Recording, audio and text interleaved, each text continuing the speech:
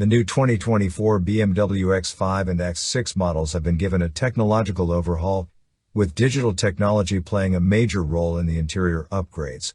The integration of BMW Operating System 8 and the latest iDrive control system has led to the introduction of the BMW Curved Display, which consists of a 12.3-inch information display behind the steering wheel and a 14.9-inch control display that's located behind a single glass surface.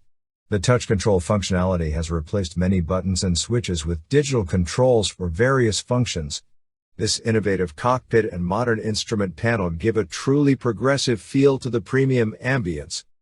The standard specification for both models now includes a leather-like Sensafin instrument panel and a fine wood trim element that curves elegantly. The new ambient light bar with LED backlighting below the trim element in the front passenger area is another standout feature. The X5 or X6 model lettering is displayed on the light bar, with the M logo displayed on the two flagship models.